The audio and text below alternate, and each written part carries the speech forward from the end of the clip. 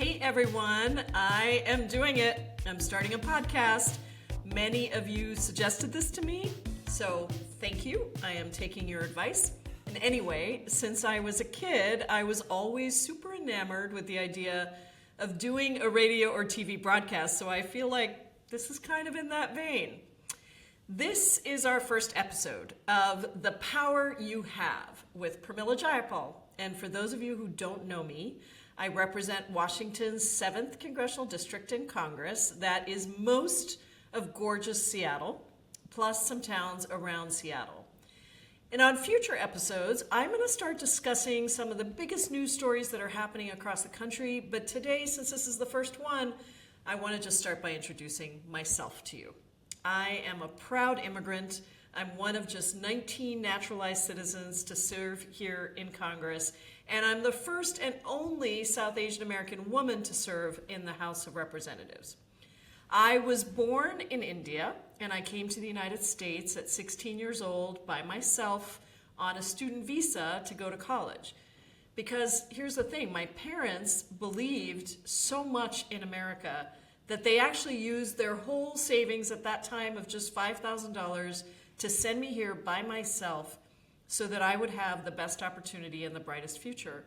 And it took me 17 years and an alphabet soup of visas to finally get my citizenship. I have been lucky enough in this country to live the American dream, a dream that is way too far out of reach for too many people, for immigrants, for working people, for vulnerable communities across the country.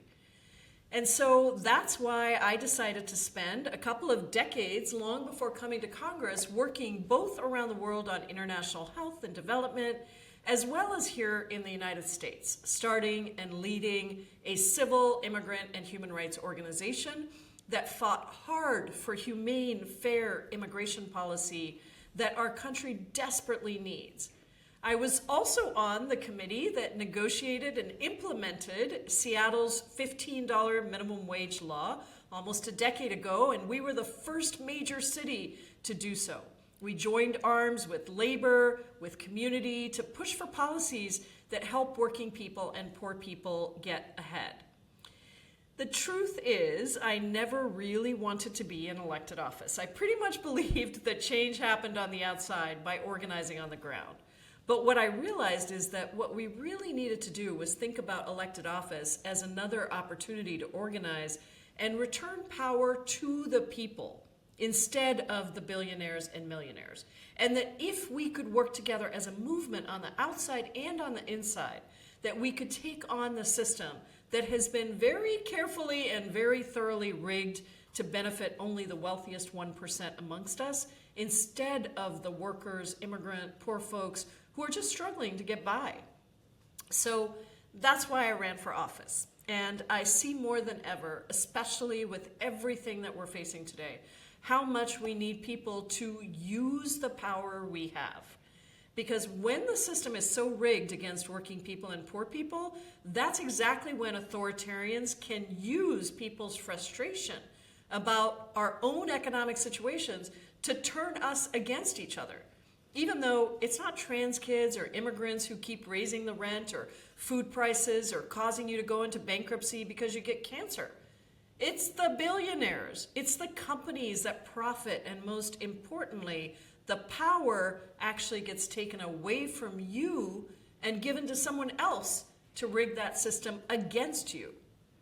It really doesn't have to be that way. The rigged system depends on our assent to it, our agreeing to it. And we don't have to. We actually have a lot of power. We just need to use it individually and collectively. So that's what this podcast is all about. The power you have and how to use it. The big changes that need to be made to make this country a place where all people can thrive, not just barely survive. The analysis of why the vast majority of Americans are getting poorer and sicker, while this tiny few group of people are getting richer and buying more and more luxury yachts. One thing I wanted to address on this very first episode, I know that there's a lot of discussion out there about why the Democrats lost the 2024 election, and that it was because of trans kids or immigrants, because we were too far to the left. That's just a bad analysis, because we didn't just lose the 2024 election. We started losing more than a decade ago when Democrats knowingly abandoned working people to push for free trade instead of fair trade during NAFTA. We reinforced that by bailing out big banks and Wall Street instead of working people in Main Street during the 2008 recession. And suddenly, not so suddenly, the party of the working class became the party of billionaire megadonors, corporate PACs, special interests. There are too many Democrats that are defending a system that clearly isn't working for people and took way too long to make the kinds of structural changes that would actually allow us to do the things that are universally popular with Democrats, Republicans, and independents. Things like raising the federal minimum wage so that you can work one job instead of three and afford the damn rent.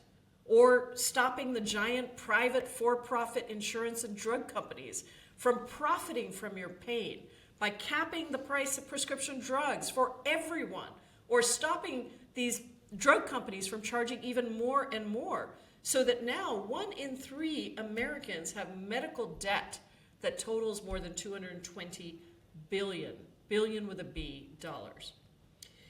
On this podcast, I'm going to bring on some of the smartest people I know who get that the system is rigged against working people and can start to explain to us some of the drivers behind that, as well as people who are organizers, people who are going to talk about how to change this.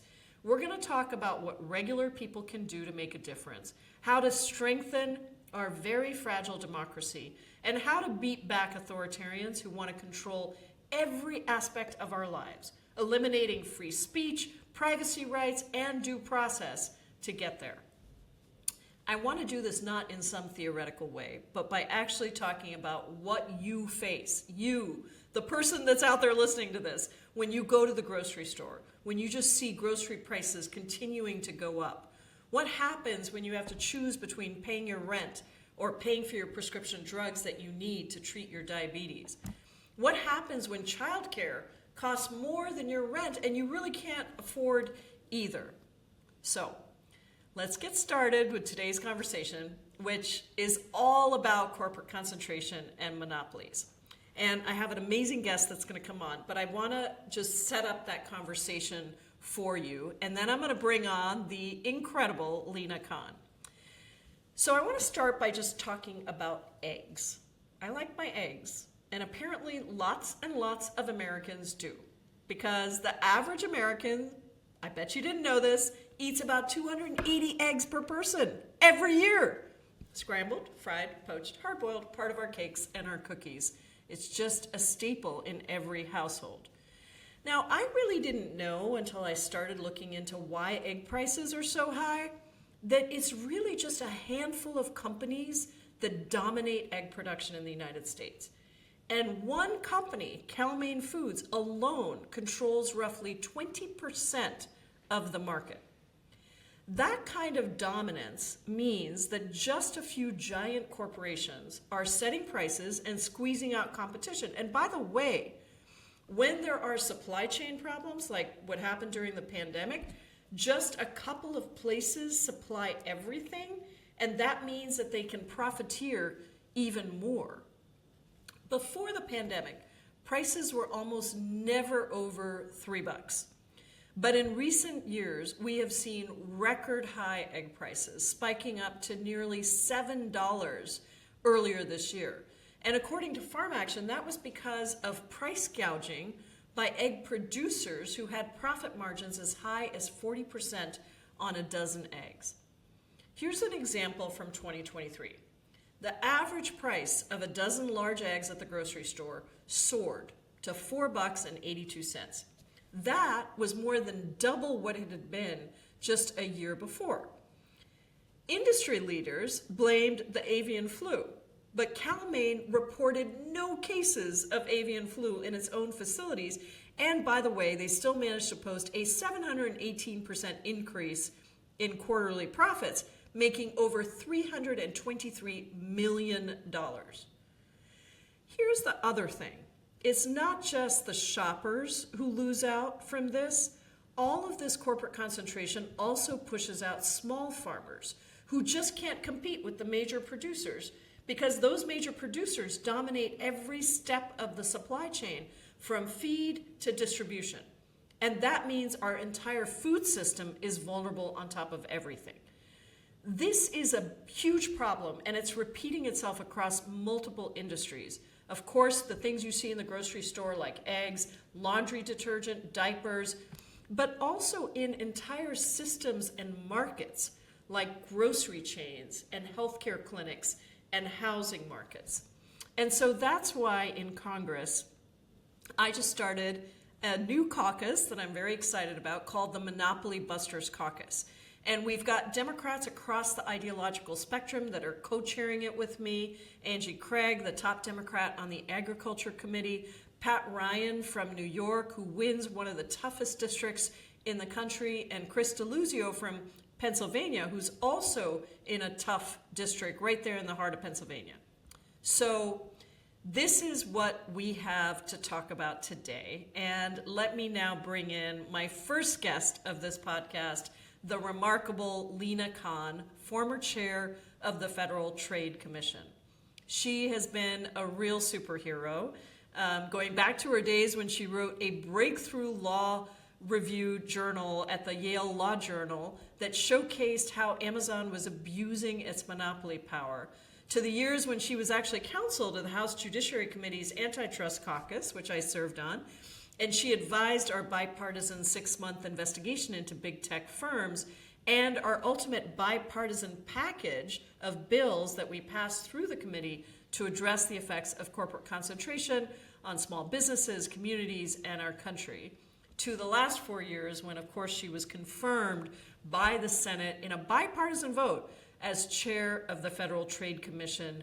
And she made the FTC relevant again in taking on corporate abuses of power, rampant antitrust violations, and massive mergers that hurt consumers, workers, and small businesses. Well, we are so happy to have with us the former chair of the Federal Trade Commission, the FTC, Lina Khan. Lina, thank you so much for being here. Thanks so much for having me, and thanks so much for being such a fierce champion for all of this work. Well, I feel like you've schooled us in all of it. And I wanted to ask you, you just do this so well. Explain to our listeners why monopolies and corporate concentration are just so bad for the American people and how this issue impacts everyone's daily lives. So what we've seen is when you have more and more consolidation, you have fewer and fewer companies.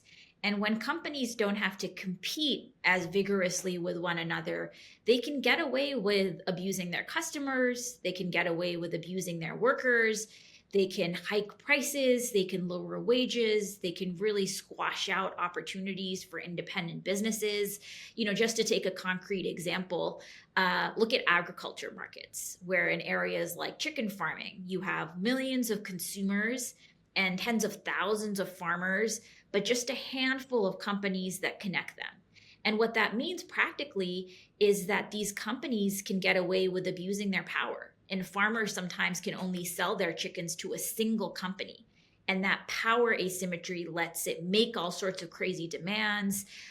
People have been paying more, even as farmers are making less, and the middleman is taking a bigger and bigger cut.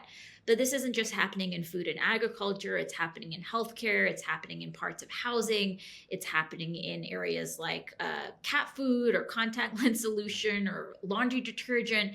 I mean, you can go to any aisle in the grocery store and there is a consolidation story there. You made the FTC relevant again in many ways. I really think that you took on fights that people had not been taking on and ways in which corporate consolidation was impacting workers and small businesses and consumers in a very aggressive and necessary way. Can you talk about some of the things that you're most proud of taking on during your tenure at the FTC and some of the real benefits that have accrued to Americans in those fights? So we were really focused on the high cost of drugs, the high cost of medicine for people, and figuring out why is that. One area we focused on is asthma inhalers, where in the US, people are still paying hundreds of dollars out of pocket, even though in other countries you can get an asthma inhaler for as little as $7. So we looked into this and found that some of the pharma companies were engaging in abusive patenting practices. So they would list a patent with the FDA for something like the little cap on the inhaler, a little piece of plastic, rather than anything to do with the actual drug ingredients. And so we challenged them on these patent practices, and the companies ended up agreeing to reduce the cost to just $35 by ending these abusive patenting practices. So Americans who were paying hundreds of dollars out of pocket previously should now only be paying $35 or less. We also took on these non-compete clauses, which can trap workers and prevent them from easily switching jobs or starting their own business. We passed a rule to take that on, which is still in litigation. But through our lawsuits, we also saw hundreds of workers be freed from these abusive non-competes, including security guards that make close to minimum wage. And so those are just a couple of things that I'm really thrilled we were able to do. Well, as someone who's had lifelong asthma, I'm very grateful to you. And I think there's a lot of people who don't understand all the games that these giant corporations play in order to get around some of the ways in which we try to protect consumers. You also took on grocery stores, and this is something that I was really proud of because a lot of the fight started on the West Coast around grocery store mergers. We had seen in 2015 already two grocery store chains, Albertsons and Safeway, merging. And for all the arguments that were made about why that merger was important and how it was going to be better for people, what actually happened is we saw all these dozens of stores closed. And then a couple of years later, Albertsons announces now a new merger with Kroger. But you and the FTC intervened and you worked to block this merger along with local unions across the West Coast that were very much a part of having workers tell their stories about what happens in these mergers. Talk about that case and why it was an example of kind of how aggressive FTC enforcement around these issues needs to really be very proactive in mergers. So this would have been the largest grocery merger in US history.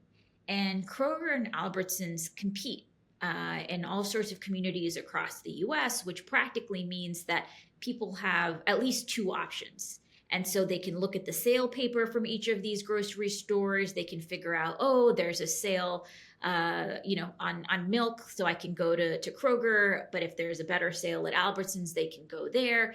This type of real competition helps people. It helps people when they're going to buy groceries.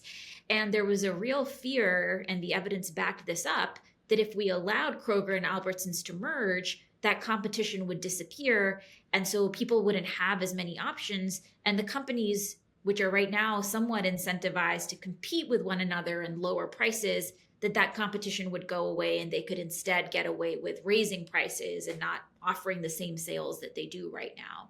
We also found that this merger would have been bad for grocery workers. And so we heard from unionized workers about how these grocery mergers in the past had meant that people were not able to bargain as effectively when there's only one employer rather than two. People were worried about losing their seniority, about what would happen to their pensions. And so there was just a concrete way that this was going to be bad for workers as well as families who are going to the grocery store every week. So the FTC filed to block this merger, which was different from what the FTC had done in the past, where the agency had allowed mergers to go through and just required some divestitures, which ended up totally failing. So we learned from those mistakes and just outright sought to block this. We had support from a whole set of state attorneys general, and we're really pleased that the court agreed with us and blocked this merger from going through. And so that means that communities around the country are still going to have this competition between these two stores. And we were really proud. I led the amicus brief of members of Congress along with Ron Wyden in the Senate. and members from across the country who understand why this competition is so important. But that is a different approach to mergers than has traditionally been taken. And I'm just wondering how you assess the harms when companies will make the argument that that's not what's going to happen. And in this case, we had the history of what happened in 2015, which I think was very useful. But how do because you also proposed a set of merger guidelines, a revised set of guidelines around how to assess this. How do you assess the harm before it's happened and take an approach that is proactive and prospective rather than trying to respond after it's happened when it's very difficult to change? Yeah, it's a good question. I mean, we do deep investigations, and so we require these companies to, share their documents, their internal communications, and we use that to understand, are these firms actually competing right now? Do we see Kroger saying, "Oh, Albertsons has a great sale on berries, and so we need to, match that"? Or are they saying, "Oh, Albertsons is increasing how much they're going to pay their workers, and so we need to match that"? That type of evidence of head-to-head competition, of the firms kind of looking at one another and trying to do better for their customers or their workers because they had that competition, that ends up being so important. And that's what we saw here, that these firms were competing and that people were better off for it. And so that evidence is what we put in front of the judge. So you mentioned asthma inhalers, and a favorite topic of mine is the broken healthcare system that we have. And I just wanted to spend a couple of minutes on healthcare. We are seeing a tremendous amount of vertical integration, basically these private health insurance companies dictating what kind of healthcare people get to have, even above what their doctors are having, taking over clinics and the provision of clinic services at the same time that they're providing insurance. And I just want to, and then we're also seeing private equity come into the healthcare market more broadly. So if Americans are wondering, why the hell is my healthcare so expensive, and why does it keep going up even when I have healthcare? Why is it that my costs are so high? What would you say to them about how consolidation in the marketplace is what is driving up their healthcare costs? Yeah, I mean, consolidation is a big driver of higher healthcare costs. We've seen this in all sorts of areas, be it when hospitals merge. There's so much evidence that costs go up even as the quality of medical service goes down. We've seen that as these pharmacy benefit managers, these middlemen that are connecting pharmacies and health insurers and pharma companies, that they have been able to get away with marking up drugs like cancer drugs to the tune of thousands of %.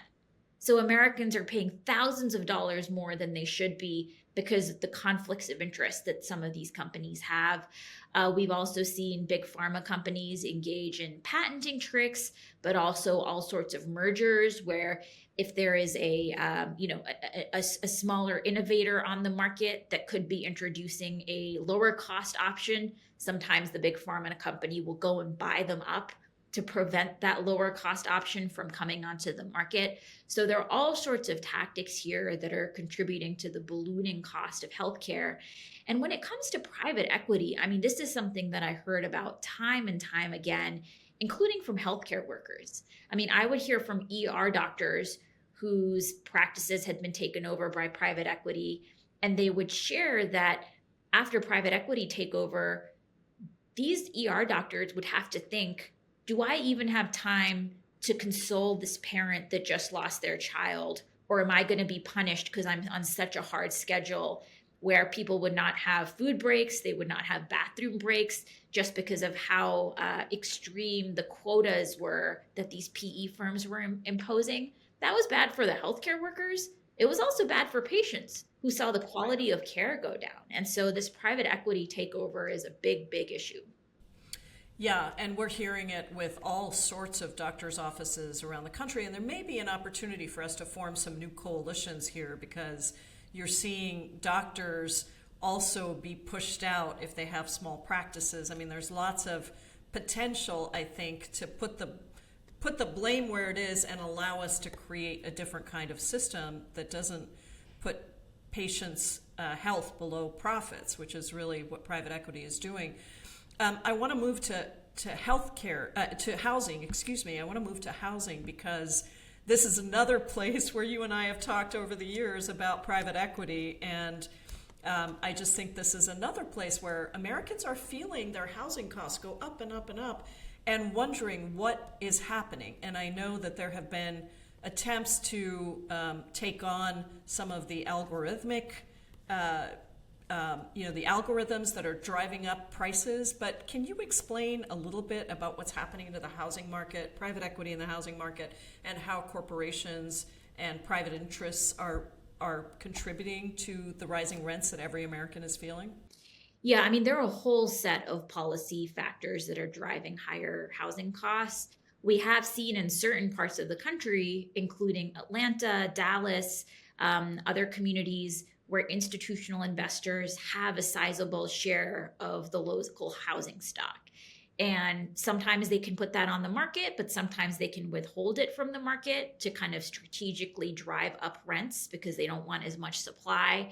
We've also just heard about all sorts of abusive tactics. I mean, the FTC, when I was there, we sued Invitation Homes, one of the biggest corporate landlords of single family homes, because we found that they would advertise one rent. People would come, pay the application fee, start signing the lease, and then they would learn they were on the hook for hundreds, if not thousands of dollars more than what had been advertised for things like a portal fee or a mailbox fee. There was even one company had a January fee that was just a new fee because it was a new month of the year. And so these tactics really meant that people were having to pay more than what they thought they were on the hook for. And so we sued, we got money back for people. We've also seen consolidation in key parts of the home building market. There was just a private lawsuit filed noting that there was potential collusion in home building equipment, which could have been driving up costs as well. So there are a lot of different pieces of the puzzle here. Yeah, and I think certainly in Seattle, which is the area I represent, we're seeing a lot of private equity coming in and buying up apartment buildings, single family homes. And so it's not even necessarily that there aren't units available, but they don't rent them because they can charge so much on one unit that it isn't even necessary for them to rent out all of their units. A lot of these efforts have had surprising bipartisan support, even here in Congress. We know that they're supported by independents, Republicans, and Democrats across the country, but in Congress also, where it's much harder sometimes to get bipartisan support, we saw back when you were Judiciary Counsel for the House Judiciary Committee, Democrats, and we took on that big antitrust investigation of big tech. We passed a package of bipartisan bills. Why is it that you think that this issue does have bipartisan support, and what do you think they are going to do as Republicans now control the FTC from what's left over from what you started? Yeah, I mean, I think partly credit goes to members like you who, despite deep disagreements on a whole set of issues, have been willing to work with people on the other side of the aisle when there is broad recognition that allowing a handful of tech companies to control such key arteries of commerce and communications really threatens small businesses, really threatens free speech, allowing, a handful of executives to get to decide who gets heard or seen on the internet, no matter what your views. I think we've seen kind of people on all sides of the aisle feel that, these companies have too much power. I think there's just also a lot of kind of popular public support to have the government stand up to corporate lawbreakers, even when it requires standing up to these powerful interests. I mean, I, as FTC chair, got to visit communities across the country, including very red areas, and I was stunned to see just how much popular public support there was for taking on corporate abuse, because people see in their day-to-day lives they don't feel like they're getting a fair shake. And right. I think there's just a lot of opportunity for government to stand strong. In terms of this FTC, I mean, we've seen some continuity with the actions that we had started. My big worry is that companies are able to go to the White House and ask for a sweetheart deal or a special favor. And we know sometimes that call from the White House gets made to these agencies. And so my real worry is, the FTC could end up making decisions not based on who's violating the law and what are the facts, but based on what is the White House contributes to the campaign.